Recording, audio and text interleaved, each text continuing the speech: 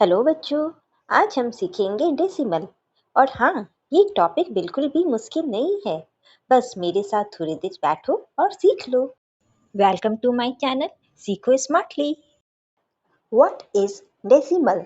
Decimal किसे कहते हैं? Decimal is a number with a point.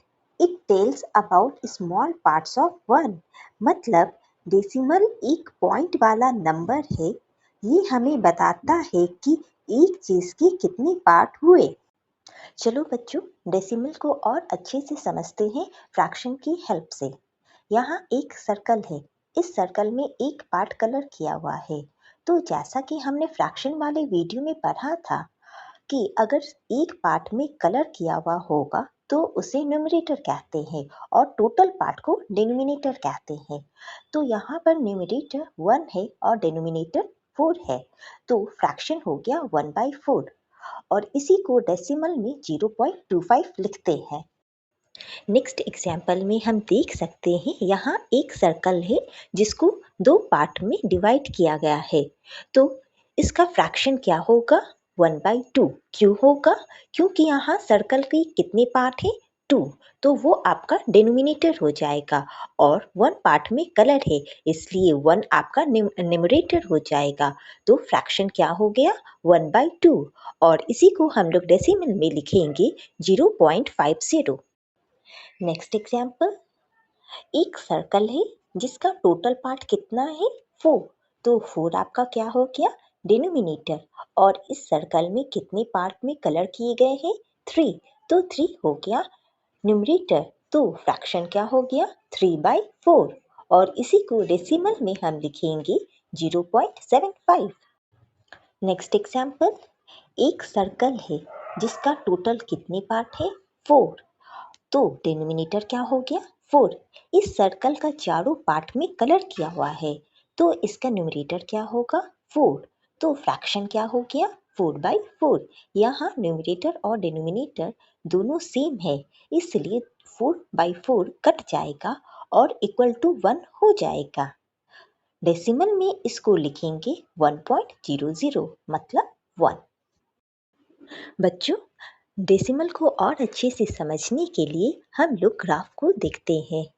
इस ग्राफ में हम लोग देख सकते हैं टोटल कितने बॉक्स है? 10। तो डिनोमिनेटर क्या हो जाएगा? 10। और कितने बॉक्स में कलर किए हुए हैं? 1 बॉक्स में। तो न्यूमरेटर क्या होगा? 1। तो इसको फ्रैक्शन में क्या लिखेंगे?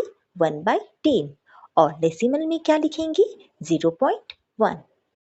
बच्चों, ये देखो सबसे इम्पोर्टेंट ग्राफ है। इसमें टोटल 10 बॉक्स है जिसमें 5 बॉक्स कलर किए हुए हैं रेड में और 5 बॉक्स आपका कलर नहीं किया हुआ है।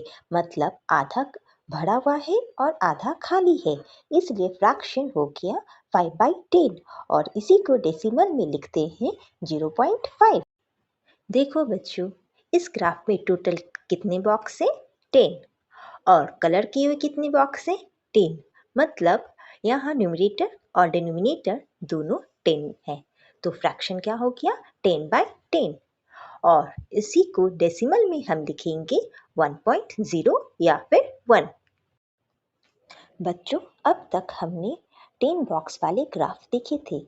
इस ग्राफ में टोटल 100 बॉक्स है। तो डिनोमिनेटर क्या हो गए? 100। 100 में से 45 बॉक्स कलर किए हुए हैं तो न्यूमरेटर क्या हो गए? 45। तो फ्रैक्शन क्या होंगे? 45/100 और इसको डेसिमल में लिखेंगे 0.45। बच्चों, 10 और 100 बॉक्स वाला ग्राफ देखने के बाद अब हम लोग देखेंगे 1000 बॉक्स वाले ग्राफ। इस ग्राफ में टोटल 1000 बॉक्स है तो डिनोमिनेटर क्या हो गए? 1000 और इस 1000 में से 43 बॉक्सेस में रेड कलर किया हुआ है तो न्यूमरेटर क्या हो गए? 43। तो फ्रैक्शन में क्या लिखेंगे?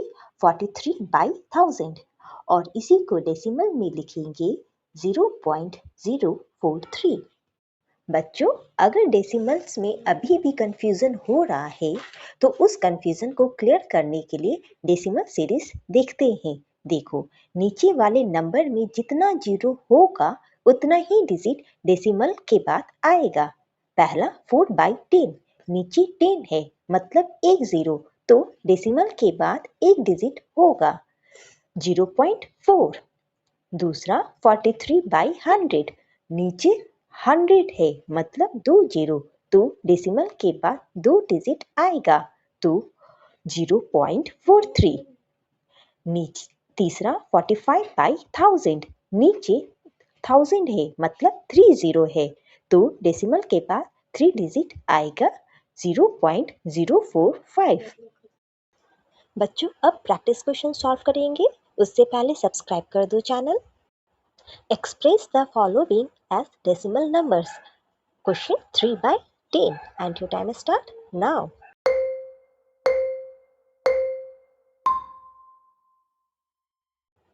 आंसर 0.3। देखो बच्चों, नीचे 10 है, 10 में एक जीरो होता है, इसलिए हम पॉइंट के बाद एक ही नंबर लिखेंगे। ऊपर 3 है तो आंसर हो गया 0.3। नेक्स्ट क्वेश्चन है 9/100 and your time start now.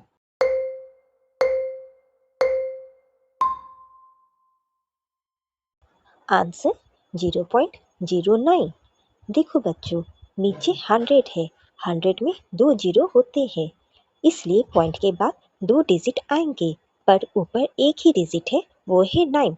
तो दो डिजिट लाने के लिए क्या करेंगे, 9 से पहले एक जीरो दे देंगे, तो आंसर हो जाएगा 0.09। नेक्स्ट क्वेश्चन है 13/100 and your time start now.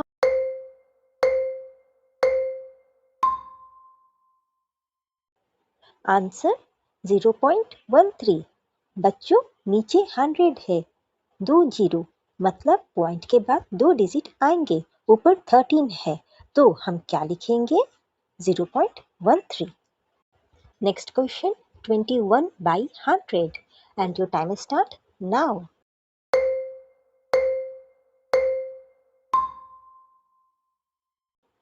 Answer 0.21। बच्चों, नीचे 100 है, इसका मतलब पॉइंट के बाद दो डिजिट आएगा, इसलिए आंसर होगा 0.21। Next question 40/100 and your time start now.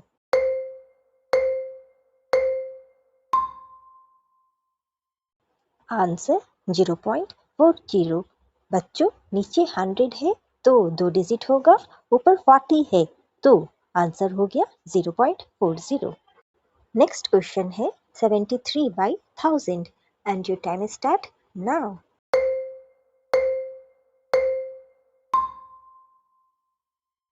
Answer 0.073। देखो बच्चों, नीचे 1000 है, 1000 में 3 जीरो होते हैं, इसलिए पॉइंट के बाद 3 डिजिट आएगा। ऊपर 73 है, तो पहले जीरो फिर 73 लिखेंगे, तो आंसर क्या हुआ, 0.073। वीडियो अच्छी लगे तो please like share and subscribe कीजिएगा। Thank you.